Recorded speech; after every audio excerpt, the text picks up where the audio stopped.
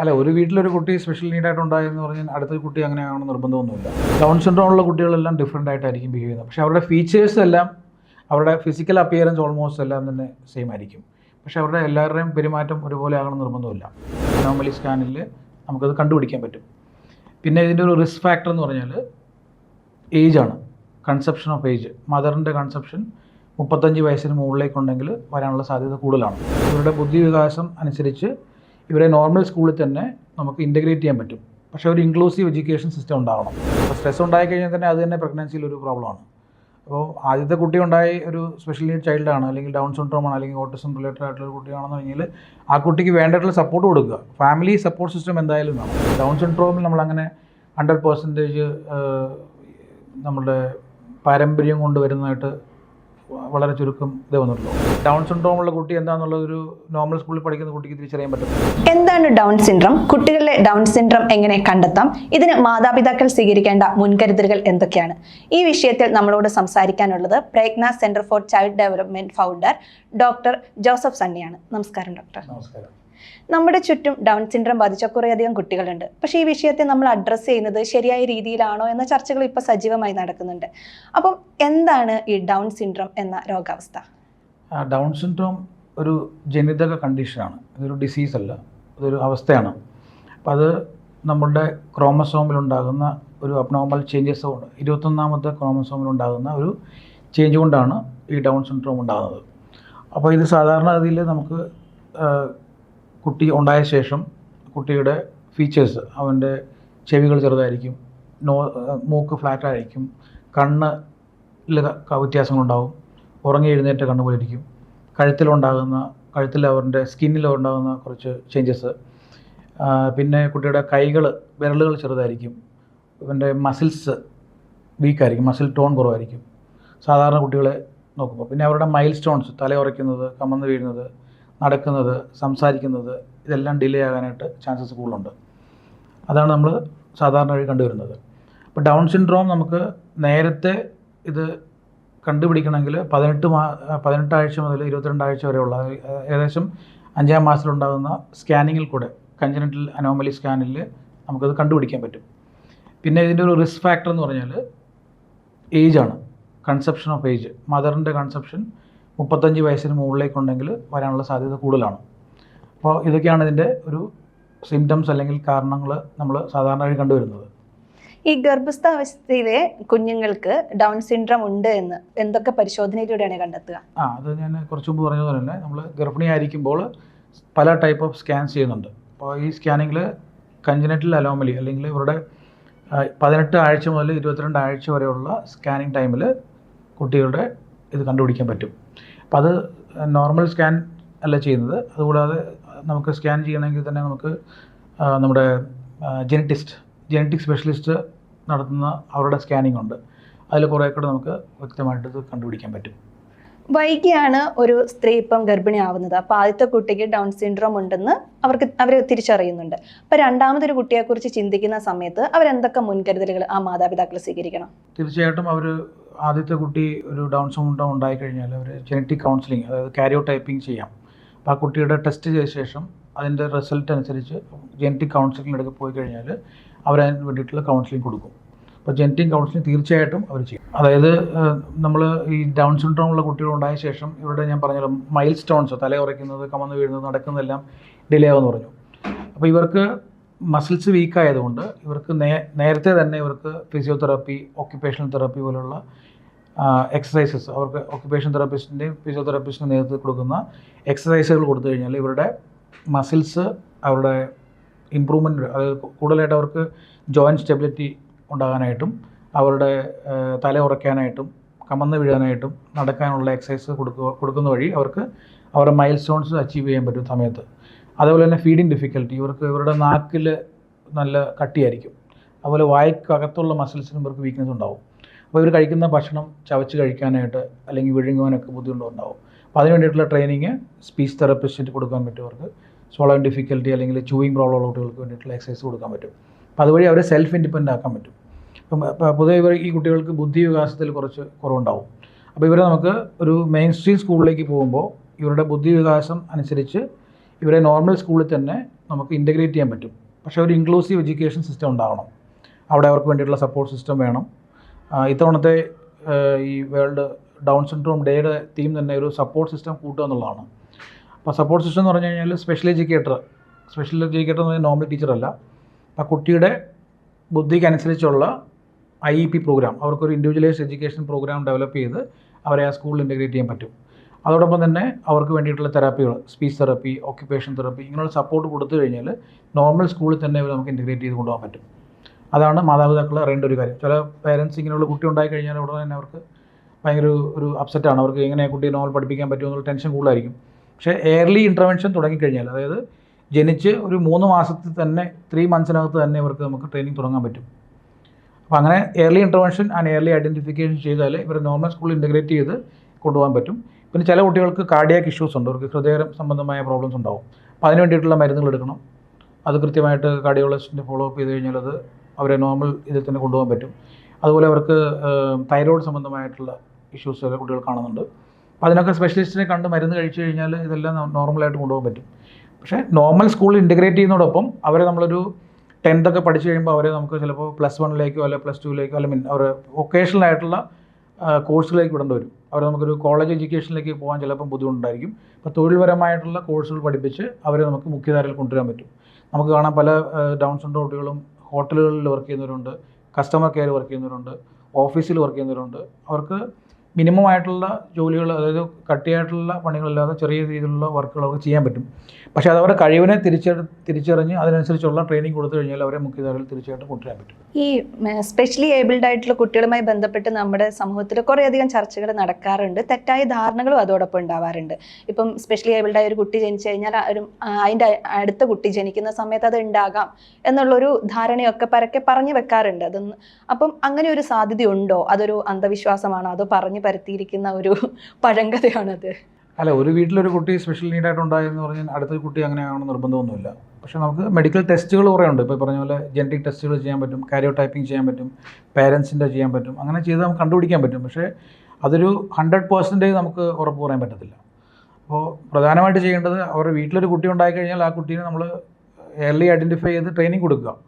രണ്ടാമതൊരു കുട്ടി അങ്ങനെ ഉണ്ടാകുമെന്ന് അവർ ആങ്സൈറ്റിയോടുകൂടി അങ്ങനെ ഒരു ഇത് പോയി കഴിഞ്ഞാൽ ആ കുട്ടിയുടെ അമ്മയുടെ സ്ട്രെസ് ലെവൽ കൂടാനേ പോകുന്നുള്ളൂ. അപ്പോൾ അത് തന്നെ സ്ട്രെസ് ലെവൽ തന്നെ ഈ ഒരു വലിയ ഫാക്ടറാണല്ലോ.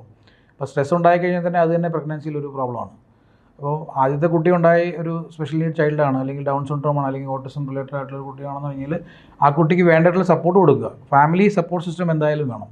അപ്പോൾ അതുകൂടാതെ അതിനെപ്പറ്റി കൂടുതൽ ടെൻഷൻ അടിച്ചിട്ട് കാര്യമില്ല. പിന്നെ ഏജ് ഒരു ഫാക്ടർ തന്നെയാണ്. ഏജ് കൂടുന്തോറും റിസ്ക് കൂടുതലാണ്. ലേറ്റ് പ്രഗ്നൻസി നമ്മളൊരു റീസണായി ഇപ്പം പറയുന്നുണ്ടല്ലോ ഇത്തരം അവസ്ഥ ഉണ്ടാവാൻ വേണ്ടിയിട്ട്. അങ്ങനെയാണെങ്കിൽ ഈ പാരമ്പര്യമായിട്ട് ഇത്തരം അവസ്ഥകൾ സംഭവിക്കാറുണ്ടോ? ജനറ്റിക് ഫാക്ടേഴ്സ് ഇതിൽ ഈ ഒരു പർട്ടിക്കുലർ കണ്ടീഷനിൽ അതൊരു വലിയൊരു ഫാക്ടറായിട്ട് വരുന്നത് വൺ ഓഫ് ദ റീസൺ എന്ന് പറയുന്നുള്ളൂ. പക്ഷേ വേറെ ചില കണ്ടീഷനുകളിൽ ഉണ്ട്. പക്ഷേ ഡൗൺ സിൻഡ്രോമിൽ നമ്മളങ്ങനെ 100% നമ്മുടെ പാരമ്പര്യം കൊണ്ട് വരുന്നതായിട്ട് വളരെ ചുരുക്കം ഇതേ വന്നിട്ടുള്ളൂ. ഒരു വൺ ഓഫ് ദ ഫാക്ടർ നമുക്ക് പറയാൻ പറ്റില്ല. പക്ഷെ കൂടുതലായിട്ടും നമുക്ക് ചർച്ച ചെയ്യപ്പെടേണ്ടത് ഇങ്ങനെയുള്ള കുട്ടികളെ എങ്ങനെയാണ് മുഖ്യധാരയിലേക്ക് കൊണ്ടുവരേണ്ടത്.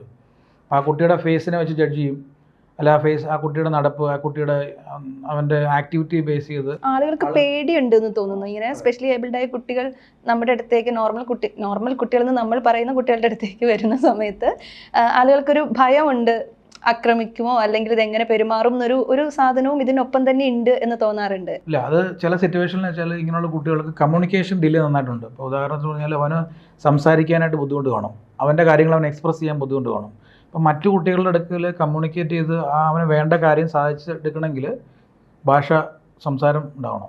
അപ്പോൾ അതില്ലെങ്കിൽ ചിലപ്പോൾ അവൻ്റെ ബിഹേവിയർ ഡിഫറൻ്റ് ആയിരിക്കും. അപ്പോൾ ആ ബിഹേവിയറിനെ എങ്ങനെയാണ് ഹാൻഡിൽ ചെയ്യണമെന്നുള്ളത് ആ കുട്ടികൾക്ക് അറിയത്തില്ല. ഇപ്പോൾ ഇങ്ങനെ ഒരു കുട്ടി ഒരു നോർമൽ സ്കൂളിൽ പഠിക്കുമ്പോൾ അവിടെ ഒരു ഇൻക്ലൂസീവ് എഡ്യൂക്കേഷൻ പ്രോഗ്രാം, അല്ലെങ്കിൽ അവിടെ വർക്ക് ചെയ്യുന്ന അല്ലെങ്കിൽ അവിടുത്തെ ടീച്ചേഴ്സ് അല്ലെങ്കിൽ മറ്റ് റിസോഴ്സ് ആയിട്ടുള്ള ആളുകൾ ഇതിനെപ്പറ്റി ഒരു ധാരണ ഉണ്ടെങ്കിൽ ഇങ്ങനെയുള്ള കുട്ടിയെ എങ്ങനെയാണ് ഹാൻഡിൽ ചെയ്യണമെന്ന് അവർക്കറിയാൻ പറ്റും. അപ്പോൾ ആ കുട്ടീനെ ഒരു നോർമൽ സ്കൂളിൽ പഠിക്കുമ്പോൾ മറ്റു കുട്ടികളായിട്ടുള്ള ഡിമാൻഡിങ് സിറ്റുവേഷൻസ് പലത് വരുമ്പോൾ ഇവനത് എഫക്റ്റീവായിട്ട് കമ്മ്യൂണിക്കേറ്റ് ചെയ്യാൻ പറ്റാതെ വരുമ്പോൾ മറ്റു കുട്ടികളായിട്ട് കോൺഫ്ലിക്റ്റിലേക്ക് പോകാൻ ചാൻസസ് കൂടുതലാണ്. അപ്പോൾ അതിനെ ഒരു പ്രതിവിധി എന്ന് പറഞ്ഞു കഴിഞ്ഞാൽ നല്ല അവയർനെസ് കൊടുക്കുക, അവൻ്റെ കൂടെ പഠിക്കുന്ന കുട്ടികൾക്കും ഒരു ബഡി ലേണിംഗ് സിസ്റ്റം പോലെ അവനെ എങ്ങനെയാണ് സപ്പോർട്ട് ചെയ്യേണ്ടത്.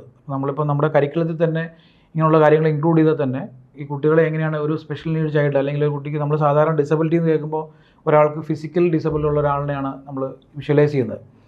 അപ്പോൾ ഒരു കുട്ടി നോർമലായിട്ട് എല്ലാ കാര്യങ്ങളും അവൻ മറ്റു കുട്ടികളെ പോലെ തന്നെ ചെയ്യാൻ പറ്റുന്നുണ്ടായിരിക്കും. പക്ഷേ അവന് പല ഏരിയാസിൽ ഡിഫിക്കൽറ്റി ഉള്ളത് അത് ഹിഡൻ ഡിസബിലിറ്റി പോലെ ആയിരിക്കും കാണുന്നത്. അപ്പോൾ ഒരു ഡൗൺ സിൻഡ്രോം ഉള്ള കുട്ടി എന്താണെന്നുള്ളത് ഒരു നോർമൽ സ്കൂളിൽ പഠിക്കുന്ന കുട്ടിക്ക് തിരിച്ചറിയാൻ പറ്റത്തില്ല. അവനെ നോക്കുമ്പം അവൻ്റെ ഫേഷ്യൽ അപ്പിയറൻസിൽ ചെറിയ ചേഞ്ചസ് ഉണ്ട്, അല്ലെങ്കിൽ അവൻ ചെയ്യുന്ന ചില കാര്യങ്ങളിൽ വ്യത്യാസം ഉണ്ടെന്നല്ലാണ്ട് അതിനപ്പുറത്തേക്ക് ആ കുട്ടിക്ക് മനസ്സിലാക്കാൻ ബുദ്ധിമുട്ടായിരിക്കും. അപ്പോൾ അത് നമ്മുടെ ചുറ്റുപാടുള്ള ആളുകൾ, സമൂഹം അതിനെ കറക്റ്റായിട്ട് ഐഡൻറ്റിഫൈ ചെയ്ത് കഴിഞ്ഞാൽ ഈ പ്രോബ്ലം ഒന്നുമില്ല. അപ്പോൾ നമ്മളിപ്പോൾ ഒരു മാളിൽ പോകുമ്പോൾ ഇങ്ങനെ ഒരു ഡൗൺ സിൻഡ്രോം ഉള്ള കുട്ടി ഡിഫറെൻ്റ് ആയിട്ട് ബിഹേവ് ചെയ്യുന്നു. അപ്പോൾ ആ ബിഹേവ് ചെയ്യുന്ന സ്ഥലത്ത് പോയിട്ട് മറ്റാളുകൾ കൂടി ആ കുട്ടി കരയുന്ന സ്ഥലത്ത് പോയി കഴിഞ്ഞാൽ അവൻ്റെ കരച്ചിൽ കൂടാനേ കുറയാൻ പോകുന്നില്ല, അല്ലേ? അപ്പോൾ ആ ബിഹേവിയറിനെ എങ്ങനെയാണ് കുറയ്ക്കേണ്ടത്, ബിഹേവിയറിനെ കൂട്ടാനാണ് നോക്കുന്നത് ചിലർ. അതായത് ഒരു കുട്ടി കരഞ്ഞുകൊണ്ടിരിക്കുമ്പോൾ ആ കുട്ടി എന്തിനാണ് കരയെന്ന് ചോദിച്ചു കഴിഞ്ഞാൽ കരച്ചിൽ കൂടാനേ പോകുന്നുള്ളൂ. അപ്പോൾ ഒരു പൊതുസ്ഥലത്ത് ഇങ്ങനെ ഒരു കുട്ടി ഇങ്ങനെ കാണുമ്പോൾ നമ്മൾ അവനെ ഒരു അന്യജീവിയെ പോലും നോക്കാതെ അവനെ നോർമലായിട്ട് തന്നെ കണ്ട് ഒരു എംപതി ആംഗിളിൽ ട്രീറ്റ് ചെയ്യുക. സിമ്പതി വേണ്ട. അപ്പോൾ എംപതിയായിട്ട് നമുക്ക് കൊണ്ടുപോവുകയാണെങ്കിൽ കുറേ കൂടെ ഇവരെ നമുക്ക് കൊണ്ടുപോകാൻ പറ്റും. ഇപ്പം പ്രയത്നയിൽ നമ്മൾ ഇങ്ങനെയുള്ള കുട്ടികളെ 3 മാസം വരെയുള്ള കുട്ടികൾ വരുന്നുണ്ട്, തന്നെ 3 months ഉള്ള കുട്ടികൾ വരുന്നുണ്ട്. അപ്പോൾ അവർക്ക് മുഖ്യമായിട്ട് നമ്മൾ ചെയ്യുന്നത് അവരുടെ മൈൽ സ്റ്റോൺസ്, അവരുടെ തല ഉറയ്ക്കുന്നത്, കമന്ന് വീഴുന്നത്, അതെല്ലാം ടൈംലി അച്ചീവ് ആകാൻ വേണ്ടിയിട്ടുള്ള എക്സസൈസസ് ആണ് നമ്മൾ ഓക്യുപ്പേഷൻ തെറാപ്പിയിലൂടെ കൊടുക്കുന്നത്. അപ്പോൾ കുറച്ച് മുതിർന്ന് വന്നു കഴിഞ്ഞാൽ അവർക്ക് ഒരു 1.5 വയസ്സ് 2 വയസ്സൊക്കെ ആയി കഴിഞ്ഞാൽ അവരുടെ കമ്മ്യൂണിക്കേഷൻ അത് സ്പീച്ച് തെറാപ്പിസ്റ്റാണ് കൊടുക്കുന്നത്. അപ്പോൾ അത് പേരൻറ്റിനെ കൂടി നമ്മൾ ട്രെയിൻ ചെയ്യുന്നത്. നമ്മളുടെ ഇവിടെ പ്രയത്നത്തിലുള്ള സെഷൻസ് എല്ലാം തന്നെ പേരൻസിനെ കൂടെ ഇൻവോൾവ് ചെയ്യിപ്പിക്കുമ്പോൾ അവർക്ക് വീട്ടിൽ പോയി ചെയ്യാൻ പറ്റും. അപ്പോൾ അങ്ങനെ നമ്മൾ ട്രെയിൻ ചെയ്ത് അവരെ മുഖ്യധാരയിലേക്കാണ് നമ്മൾ കൊണ്ടുപോകുന്നത്. ഡൗൺ സിൻഡ്രോം ഉള്ള കുട്ടികളെല്ലാം ഒരേപോലെ ആയിരിക്കും ബിഹേവ് ചെയ്യുക? ഡൗൺ സിൻഡ്രോം ഉള്ള കുട്ടികളെല്ലാം ഡിഫറെൻ്റ് ആയിട്ടായിരിക്കും ബിഹേവ് ചെയ്യുന്നത്. പക്ഷേ അവരുടെ ഫീച്ചേഴ്സ് എല്ലാം, അവരുടെ ഫിസിക്കൽ അപ്പിയറൻസ് ഓൾമോസ്റ്റ് എല്ലാം തന്നെ സെയിം ആയിരിക്കും. പക്ഷേ അവരുടെ എല്ലാവരുടെയും പെരുമാറ്റം ഒരുപോലെ ആകണം നിർബന്ധമില്ല. ഈ കുട്ടികൾക്ക് ഇപ്പം സ്പെഷ്യൽ സ്കൂളാണോ നമ്മൾ സജസ്റ്റ് ചെയ്യേണ്ടത്, അതൊരു സാധാരണ കുട്ടികൾ പഠിക്കുന്ന സ്കൂളിലേക്ക് കുട്ടികളെ അയക്കുന്നതാണോ ബെറ്റർ ആവുക? അത് അഗെയിൻ അവരുടെ ബുദ്ധി IQ ടെസ്റ്റ് അനുസരിച്ചാണ്. അപ്പോൾ ഒരു ഏജ് അനുസരിച്ചാണ്. അപ്പം നമുക്കിപ്പോൾ ഒരു കുട്ടി വരുവാണ്, അവർ ഇതുവരെ എങ്ങും ഒരു തെറപ്പിക്കോ ട്രീറ്റ്മെൻറ്റിനോ പോയിട്ടില്ല. അപ്പോൾ അവരുടെ ഏജ് ഒരു 5 വയസ്സ് മുകളിലേക്ക് പോയി, അല്ലെങ്കിൽ ഒരു 10 വയസ്സൊക്കെ ആണെന്നുണ്ടെങ്കിൽ നമുക്ക് ചിലപ്പം നോർമൽ സ്കൂളിൽ ഇൻ്റഗ്രേറ്റ് ചെയ്യുമ്പോൾ ബുദ്ധിമുട്ടായിരിക്കും. പക്ഷേ നേരെ മറിച്ച് ഏർലി ആയിട്ട് വരുവാണ്, ഒരു 3 വയസ്സ് 4 വയസ്സിലൊക്കെ വരുവാണെങ്കിൽ അവർ നമുക്ക് നോർമൽ സ്കൂളിൽ തന്നെ ഇൻ്റഗ്രേറ്റ് ചെയ്യാൻ പറ്റും. പക്ഷേ നോർമൽ സ്കൂൾ ചൂസ് ചെയ്യുമ്പോൾ പേരൻസ് ശ്രദ്ധിക്കേണ്ട ഒരു കാര്യം, നമ്പർ കുറവുള്ള കുട്ടികളുടെ എണ്ണം കുറവുള്ള ക്ലാസ് റൂം ആണെങ്കിൽ കുറേ കൂടെ അറ്റൻഷൻ കിട്ടാൻ ചാൻസസ് ഉണ്ട്. പിന്നെ ഒരു ഇൻക്ലൂസീവ് ആയിട്ടുള്ള എൻവയറമെൻ്റ് ആണെങ്കിൽ കുറേ കൂടെ അവർക്ക് ട്രെയിനിങ് കിട്ടും. കാരണം നമ്മൾ ട്രഡീഷണൽ ആയിട്ടുള്ള സ്കൂളുകളിലൊക്കെ നമ്പർ കൂടുതലായിരിക്കും, അവിടെ ഡിമാൻഡിങ് കൂടുതലായിരിക്കും. അപ്പോൾ പേരൻസിന് ചലഞ്ചിങ് ആയിരിക്കും. ഒരു ചെറിയ സ്കൂളിൽ തുടങ്ങി ഗ്രാജുവലി പോവുകയാണെങ്കിൽ അത് നല്ലതായിരിക്കും അവർക്ക്. ഡൗൺ സിൻഡ്രോം ബാധിച്ച കുട്ടികളുടെ രക്ഷിതാക്കളുടെ മാനസികാരോഗ്യം അത് വളരെ പ്രധാനമാണല്ലോ. അപ്പോൾ അവർക്ക് വേണ്ടി പ്രത്യേകിച്ച് തെറാപ്പികൾ എന്തെങ്കിലും നമ്മൾ നൽകുന്നുണ്ടോ? സ്വാഭാവികമായിട്ടും ഇങ്ങനൊരു കുട്ടിക്ക് ഇങ്ങനെ ജനിച്ചു കഴിയുമ്പോഴത്തേക്കും ആ പേരൻസിനെ അക്സെപ്റ്റ് ചെയ്യാനൊരു ബുദ്ധിമുട്ട് എന്തായാലും ഉണ്ടാവും. ആദ്യത്തെ കുറച്ച് നാളത്തേക്ക് അതുണ്ടാവും അവർക്ക്. അപ്പോൾ അതിന് വേണ്ടിയിട്ടുള്ള കൗൺസിലിംഗ് നമ്മൾ കൊടുക്കും. പക്ഷേ കൗൺസിലിംഗ് കേൾക്കുമ്പോൾ നമ്മൾ സാധാരണ രീതിയിൽ എന്താ ഉദ്ദേശിക്കുന്നത്, ഒരു പ്രോബ്ലം ഉള്ളവർക്കാണ് കൗൺസിലിങ്ങിന് പോകുന്നത്. സൈക്കോളജിസ്റ്റിനെ കണ്ടു കഴിഞ്ഞാൽ അവർക്ക് എന്തോ ഒരു പ്രോബ്ലം ഉണ്ടെന്നാണ് നോക്കുന്നത്. പക്ഷേ അങ്ങനെയല്ല. ഇതിൻ്റെ കൗൺസിലിംഗ് എന്ന് പറഞ്ഞാൽ ആ കുട്ടീനെ എങ്ങനെയാണ്, അമ്മ മാത്രമല്ല അവൻ്റെ വീട്ടിലുള്ള എല്ലാ ആളുകളും, ഗ്രാൻഡ് പേരൻസ് മുതൽ അവൻ്റെ സിബ്ലിങ്സ് എല്ലാവരും എങ്ങനെയാണ് ആ കുട്ടീനെ ആ ഫാമിലിയിലേക്ക് വെൽക്കം ചെയ്യേണ്ടത്, എങ്ങനെയാണ് അവനെ കൊണ്ടുപോകേണ്ടത് എന്നുള്ളത് ഡേ 1 തൊട്ട് നമ്മൾ കൊടുക്കണം. കാരണം ഒരു കുട്ടി ജനിച്ച് വീണ് കഴിഞ്ഞാൽ അപ്പം തന്നെ അറിയാൻ പറ്റും. അപ്പോൾ അതിനുശേഷം തന്നെ ഓരോ സ്റ്റേജിലും ഡിഫറെൻ്റ് ആയിരിക്കും. ഇപ്പം ആദ്യത്തെ 1 ഇയറിൽ കാണുന്നതായിരിക്കത്തില്ല 2 വർഷം 1 വയസ്സ് കഴിഞ്ഞ് കാണുന്നത്. അപ്പോൾ ആ സ്റ്റേജിൽ നമ്മൾ പ്രയത്നത്തിൽ വരുന്ന ഓരോ പേരൻറ്റിനും ഓരോ സ്റ്റേജിലും അവർക്ക് അതിന് കൗൺസിലിംഗ് കൊടുക്കുന്നുണ്ട്, ട്രെയിനിങ് കൊടുക്കുന്നുണ്ട്. ആ ട്രെയിനിങ് തെറാപ്പി സമയത്ത് പേരൻറ്റ് കൂടെ ഇരിക്കുക. ഉദാഹരണം പറഞ്ഞാൽ ഒരു കുട്ടി ഡൗൺ സിൻഡ്രോം ഉള്ള കുട്ടി നമ്മുടെ സെൻട്രൽ അസസ്മെൻറ്റ് വന്നു കഴിയുമ്പോൾ അക്സെപ്റ്റൻസ് ഇല്ലാത്തൊരു പേരൻ്റ് ആയിരിക്കാം. 3 വയസ്സായി കുട്ടിക്ക് ഡൗൺ സിൻഡ്രോം ഒന്നും അക്സെപ്റ്റ് ചെയ്യുന്നില്ല, നോർമൽ കുട്ടിയെ പോലെ തന്നെ അവർ നോക്കിക്കൊണ്ടിരിക്കുകയാണ്. പക്ഷേ ഡിലേ ഉണ്ടെന്ന് അവർക്കറിയാം. അപ്പോൾ ആ ഡിലേ ഉണ്ടെന്ന് അവർ നമ്മളോട് അക്സെപ്റ്റ് ചെയ്തില്ലെങ്കിലും ആ കുട്ടി തെറാപ്പി സെഷൻ അറ്റൻഡ് ചെയ്യുമ്പോൾ അമ്മയ്ക്ക് മനസ്സിലാവും, ഓക്കെ കുട്ടിക്ക് ചില കാര്യങ്ങൾ ചെയ്യാൻ ബുദ്ധിമുട്ടുണ്ട് മറ്റു കുട്ടികളെ പോലെ. ചിലപ്പോൾ ഒരു കുട്ടിയെ കാണത്തുള്ളൂ, അവർ വേറെ കുട്ടികളായിട്ട് ഇൻട്രാക്ട് ചെയ്ത് കാണത്തേയില്ല, അവർക്കൊരു വേറെ ഒരു കമ്പാരിസൺ ഇല്ല. അപ്പോൾ അവർക്ക് അക്സെപ്റ്റ് ചെയ്യാൻ ബുദ്ധിമുട്ടാണ്. അപ്പോൾ നമ്മൾ എന്ത് ചെയ്യും, തെറാപ്പി സെഷനിൽ ഓരോ ആക്ടിവിറ്റി ചെയ്യുമ്പോഴും ഓരോ എക്സസൈസ് കൊടുക്കുമ്പോഴും അവൻ്റെ ഡിഫിക്കൽറ്റി അവർക്ക് മനസ്സിലാക്കാൻ പറ്റും. അതുവഴി ഗ്രാജുവലി അവരത് ഉൾക്കൊള്ളും. പിന്നീട് അവർക്ക് മനസ്സിലാവും, ഓക്കെ ഇങ്ങനെയുള്ള കാര്യങ്ങൾ ചെയ്യുമ്പോൾ ആ കുട്ടിക്ക് ഇമ്പ്രൂവ്മെൻറ്റ് വരുന്നുണ്ട്. ഇപ്പോൾ കുട്ടിക്ക് ഇപ്പോൾ നടക്കാൻ ബുദ്ധിമുട്ടുണ്ട്, ബാലൻസ് കോർഡിനേഷൻ കുറവാണ്, അല്ലെങ്കിൽ അവൻ്റെ ഹാൻഡ് ഫംഗ്ഷൻ, ഈ കുട്ടികൾക്ക് എഴുതാൻ ബുദ്ധിമുട്ടുണ്ട്. കാരണം അവരുടെ മസിൽസൊക്കെ വീക്കാണ്, ഹൈപ്പോട്ടോൺസിറ്റി എന്ന് പറയും. അപ്പോൾ അവർക്ക് പെൻസിൽ പിടിക്കാനും അല്ലെങ്കിൽ ഫുഡ് തന്നെ കഴിക്കാനും ചോറൊക്കെ മിക്സ് കഴിക്കാൻ ബുദ്ധിമുട്ടായിരിക്കും. അപ്പോൾ അമ്മയായിരിക്കും വാരി കൊടുക്കുന്നത്. അപ്പോൾ ഇത് നമ്മൾ തെറാപ്പി വഴി, ഒക്യുപ്പേഷൻ തെറാപ്പി വഴിയോ അല്ലെങ്കിൽ ഫിസിയോതെറാപ്പി വഴിയോ കുട്ടിക്ക് വേരിയസ് എക്സസൈസ് കൊടുത്തു കഴിയുമ്പോൾ കുട്ടിക്ക് ഇമ്പ്രൂവ്മെൻറ്റ് കണ്ടു കഴിയുമ്പോൾ ഈ പേരൻറ്റിൻ്റെ കോൺഫിഡൻസ് ലെവൽ കൂടും. അപ്പോൾ അതുവഴി അവർക്ക് കുറേ കൂടെ അവരുടെ മെച്ചപ്പെടും. ഈ ഓട്ടിസം ബാധിച്ച കുട്ടിയും അല്ലെങ്കിൽ ഡൗൺ സിൻഡ്രോം ബാധിച്ച കുട്ടികളും തമ്മിലുള്ള വ്യത്യാസം എന്തൊക്കെയായിരിക്കും? ഇത് രണ്ടും രണ്ട് കണ്ടീഷനാണ്.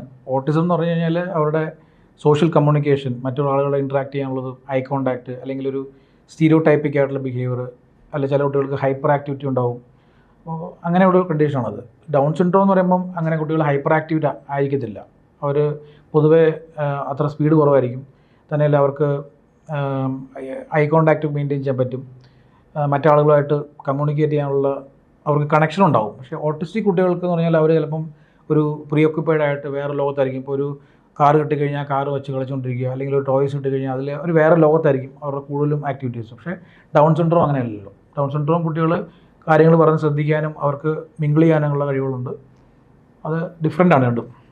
ഈ ഡോക്ടർ ഇപ്പോൾ ഹൈപ്പർ ആക്റ്റീവ് എന്നൊരു വാക്ക് പറഞ്ഞല്ലോ. അപ്പോൾ ഈ കുട്ടികളിൽ ഹൈപ്പർ ആക്റ്റീവ് ആണെന്ന് നമ്മൾ തിരിച്ചറിയുന്നത്, ചിലർ ഭയങ്കര എനർജറ്റിക് ആയിരിക്കും കുട്ടികൾ. അപ്പം ഇത് ഹൈപ്പർ ആക്റ്റീവ് ആണോ അല്ലയോ എന്നൊക്കെ ആളുകൾ പല അഭിപ്രായം ആ കുട്ടീനെ കാണുമ്പോൾ പ്രകടിപ്പിക്കും. അപ്പോൾ ഒരു കുട്ടി ഹൈപ്പർ ആക്റ്റീവ് ആണോ അല്ലയോ നമ്മളിങ്ങനെ തിരിച്ചറിയാം? അതായത് കുട്ടികൾ പൊതുവേ ചെറുപ്രായത്തിൽ അവർക്ക് പിരിവിരിപ്പ് കൂടുതലായിരിക്കും മിക്കവാറും കുട്ടികൾക്ക്. പക്ഷേ അവൻ്റെ ഫംഗ്ഷനെ അഫക്റ്റ് ചെയ്യുന്നുണ്ടോ എന്ന് നമ്മൾ നോക്കണം. അവനൊരു പ്ലേ സ്കൂളിൽ പോകുന്നുണ്ട്, അവിടെ ഇരുന്ന് കാര്യങ്ങൾ ശ്രദ്ധിച്ച് മനസ്സിലാക്കി ചെയ്യുന്നുണ്ടോ, അല്ലെങ്കിൽ അവൻ്റെ ഡെയിലി ഫംഗ്ഷനെ അഫക്റ്റ് ചെയ്യുന്നതാണ് നമ്മൾ ഹൈപ്പർ ആക്ടിവിറ്റി എന്ന് പറയുന്നത്. അപ്പം അതിന് പറയുന്നത് ADHD എന്നൊരു കണ്ടീഷൻ തന്നെ ഉണ്ട്. ADHD ഇപ്പോൾ ഭയങ്കര ഒരു കോമൺ ആയിട്ടൊരു വാക്കായിരിക്കുന്നത്. അപ്പോൾ അതിനകത്ത് അറ്റൻഷൻ ഡെഫിസിറ്റ്, ഹൈപ്പർ ആക്ടിവിറ്റി, പിന്നെ ഇമ്പൾസിവിറ്റി, ഇന്നറ്റൻഷൻ, അങ്ങനെ 4 കാര്യങ്ങളുണ്ടെങ്കിലാണ് നമ്മൾ ഡയഗ്നോസ് ചെയ്യുന്നത്.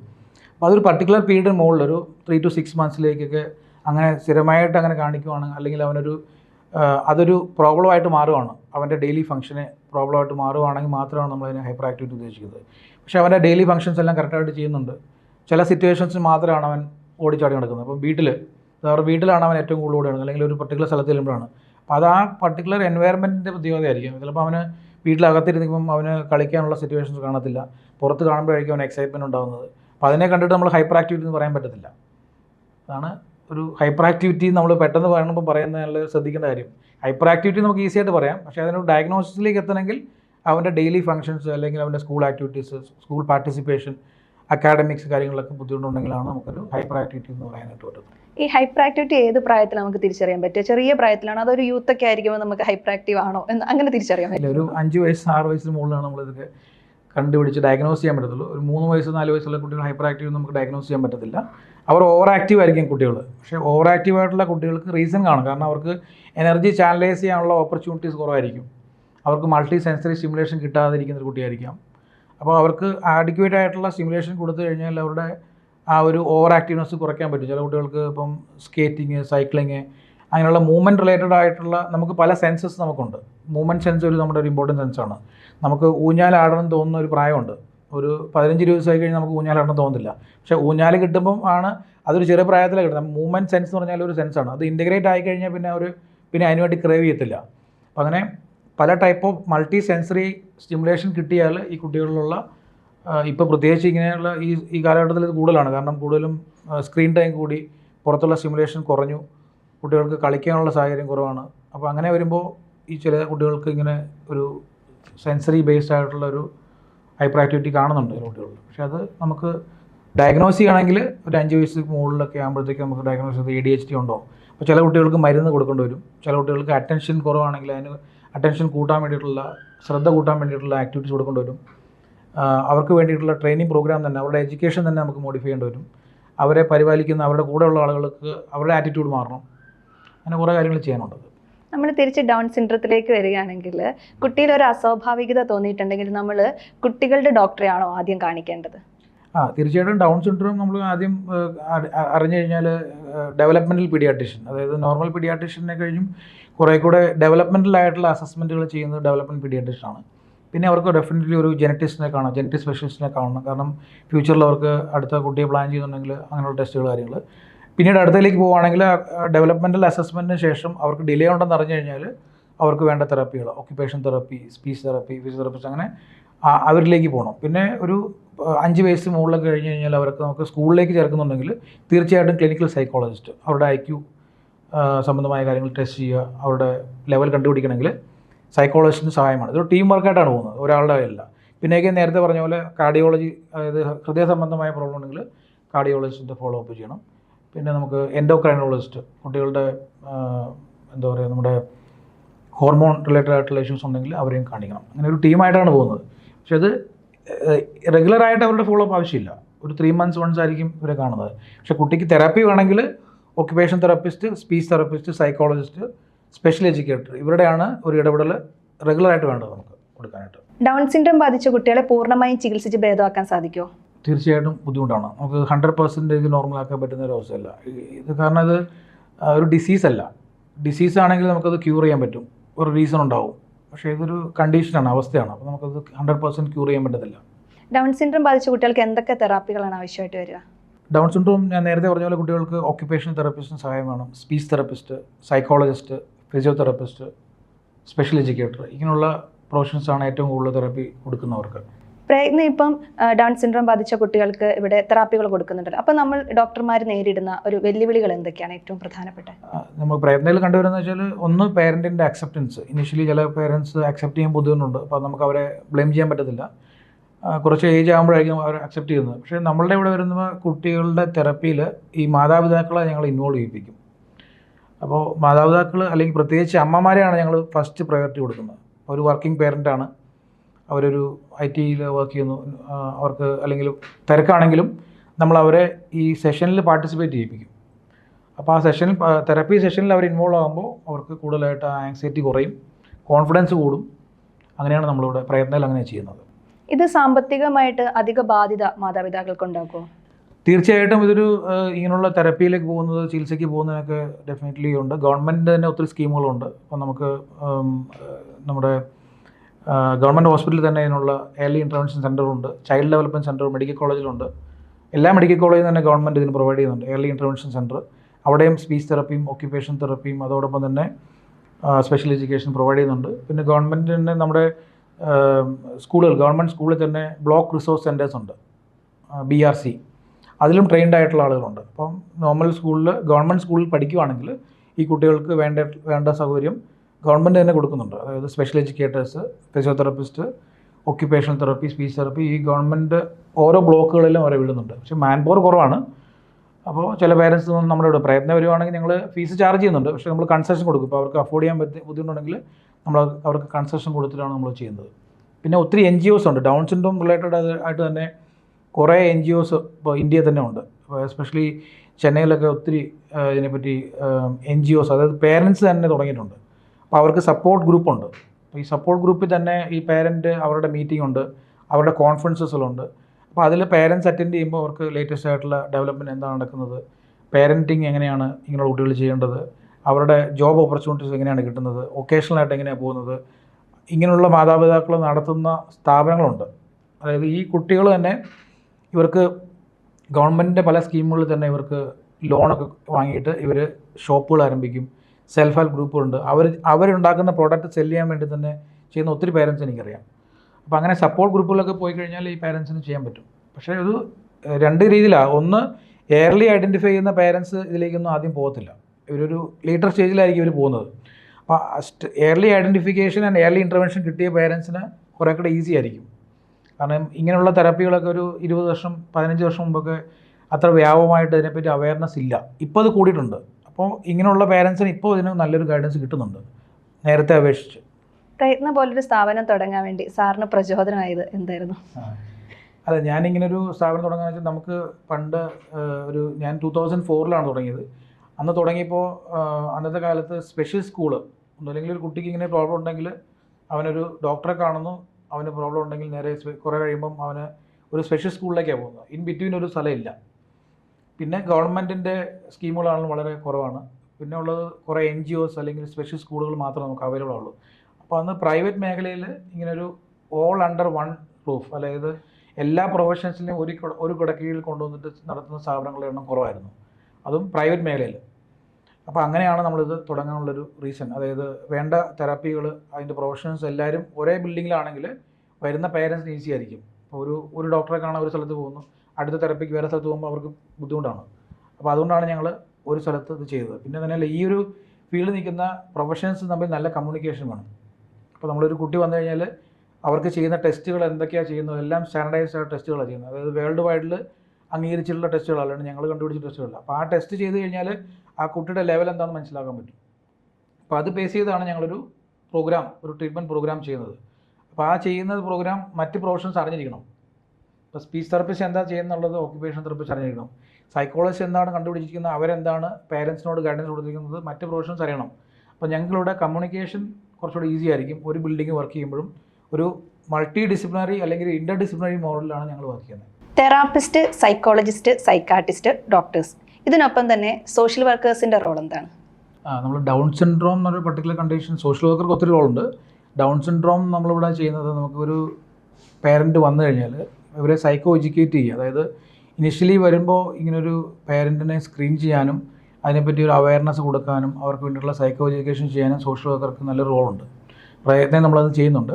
അപ്പോൾ സൊസൈറ്റിയിൽ ചെയ്യാൻ പറ്റുന്നത് സോഷ്യൽ വർക്കേഴ്സിന് സപ്പോർട്ട് കൂടുതലായിട്ട് നമുക്ക് എടുക്കാൻ പറ്റും. അതായത് ഇങ്ങനെയുള്ള അവയർനെസ് നടത്താനും അവരെ നേരത്തെ ഐഡൻറ്റിഫൈ ചെയ്ത് കഴിഞ്ഞാൽ എന്തൊക്കെ ചെയ്യണം, ഗവൺമെൻറ്റിൽ എന്തൊക്കെയാണ് സ്കീമുകളുള്ളത്, എവിടെയാണ് ട്രീറ്റ്മെൻറ്റ് അവൈലബിൾ ആയിട്ടുള്ളത്.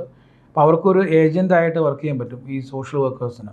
അപ്പോൾ സോഷ്യൽ വർക്കർ ഡൗൺ സിൻഡ്രോമിൽ ഒരു ടീം മെമ്പർ തന്നെയാണ്. നമ്മുടെ മൾട്ടി ഡിസിപ്ലിനറി വർക്ക് ചെയ്യുന്ന, അതായത് doctors, psychologist, speech therapist, occupation therapy, physiotherapist കൂടാതെ സോഷ്യൽ വർക്കേഴ്സും ഇതിൻ്റെ ഒരു ടീം മെമ്പറാണ് ഈ പാർട്ടാണ്. എന്താണ് ഡൗൺ സിൻഡ്രോം, എങ്ങനെയാണ് ഡൗൺ സിൻഡ്രോം കണ്ടെത്തുക, ഈ കുട്ടികൾക്ക് എന്തൊക്കെ തെറാപ്പികളാണ് നൽകേണ്ടത് തുടങ്ങിയ വിഷയത്തിൽ നമ്മളോട് സംസാരിച്ചത് Prajna centre for child development founder doctor Joseph Sunny ആയിരുന്നു.